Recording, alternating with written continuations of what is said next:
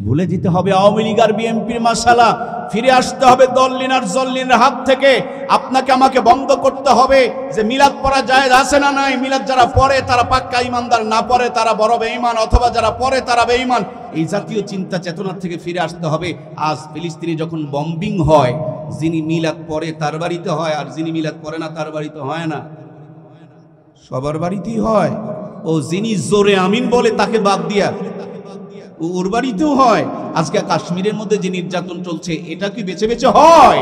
একটাই পরিচয় হলো আমরা মুসলমান। এই অপরাধে গোটা দুনিয়ার কাফির শক্তিরা ঐক্যবদ্ধ হয়ে শতাব্দীর পর শতাব্দী ধরে গোটা দুনিয়াতে ওপেনলি মুসলমানদের উপর নির্যাতন করছে।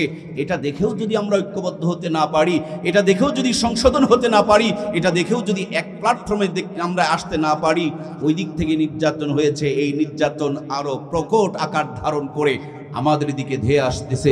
আমার কলিজার টুকরা ভাইয়েরা, সুতরাং দেশ জাতির মহাব্বত কলিজার মধ্যে নিয়ে এক এবং নেক হয়ে ঐক্যবদ্ধ হয়ে সীসা ঢালা প্রাচীরের মতন এক কাতারে আসতে হবে, নইলে আগামী দিন আমাদের জন্য ভয়াবহ বিপদ অপেক্ষা করছে, ঠিক কিনা?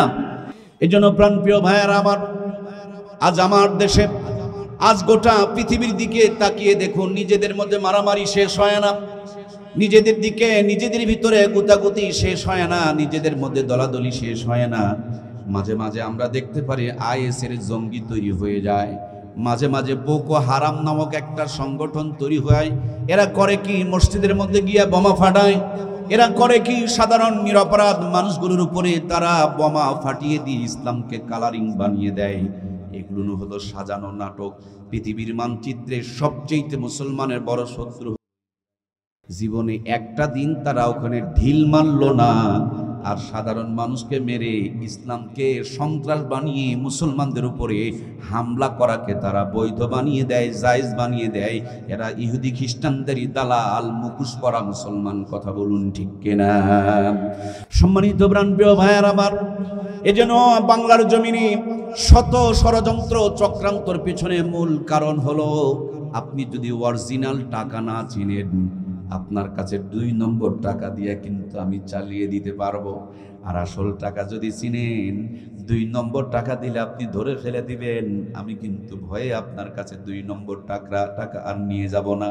আজ আমার দেশের মানুষ অরিজিনাল ইসলাম চেনে না। এই জন্য গাঁজাখোর, ফেন্সিখোর, মদখোর, হিরোইনখোর, কবর পূজারীগুলো, মাজার পূজারীগুলো, ভণ্ডগুলো ওদের ভণ্ডামিগুলোকে ইসলাম বলে চালিয়ে দিতে চায়। কথা বলুন ঠিক কিনা? একদল সন্ত্রাস, তারা জঙ্গিবাদকে, সন্ত্রাসবাদকে ইসলাম বলে চালিয়ে দিতে চায়। আর একদল মানুষ ইসলামের সব মানতে রাজি আছে, কিন্তু ইসলামের মধ্যে যে জিহাদ আছে, এই জিহাদের কথাটা শুনতে চায় না। জিহাদের কথা শুনলেই মনে হয় এটা আবার কেমন কথা। আমার নবীর সেই হাদিসগুলো শুনতে বড় ভালো লাগে। নবী আলাইহিস সালাম ইহুদির কূপের থেকে পানি তুলছিলেন, বালতি ছিঁড়ে পড়ে গেল, ইহুদি এসে রাগ হয়ে গালের মধ্যে চর মারলেন।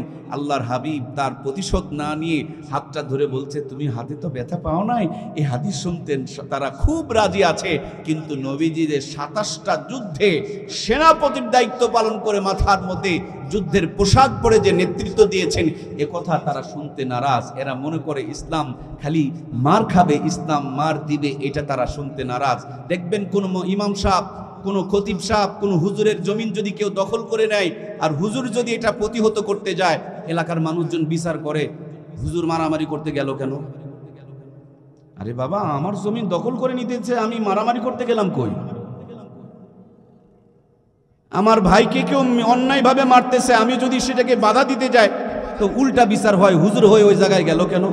মানে হুজুর হলে মার খাইতেই হবে, মারতে দেওয়া যাবে না। হুজুর হলে জমিনের আল ঠেলে নিয়েই চলে যাবে, সোজা করতে বলা হবে না। হুজুরের ভুল ধরার জন্য এই সমাজের মানুষ যেন আদা জল খেয়ে লাগছে। হুজুর জোরে হাঁটবে কেন? হুজুর ধীরে হাঁটবে কেন? হুজুর একটা পানির দোকান দিয়ে বসে থেকে খাবে কেন? হুজুরের এত দুনিয়ার লোভ কেন?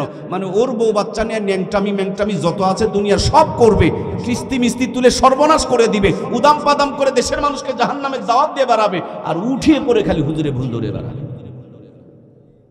কি ভুল কইলাম নাকি? কি গো, হুজুরের ভুল ধরা কি তোমার চাকরি নাকি? এত হুজুরের ভুল ধরতেছো কেন? তোমার কি জন্ম ঠিক আছে? তোমার বাবার সাথে মায়ের বিয়ে হুজুর না পড়ালেই তো আমরা কি হালালজাদা হইতে পারতাম নাকি? আবার জন্মের পর ডান কানে আজান, বাম কানে একামত, এই হুজুরই তো দিছি। এক্ষুনি যদি আমরা মারা যাই, হুজুর ছাড়া আমাদের জানাজা দেওয়ার কোনো বন্ধ। সুতরাং যারা সর্বাবস্থায় খালি আলেমদের ভুল ধরে বেড়ায়, আমার প্রচন্ড সন্দেহ তাদের জন্মে ভুল আছে, এই জন্য তারা মনে হয় খালি ভুলটাই খুঁজে পায়। কথা বলুন ঠিক কিনা?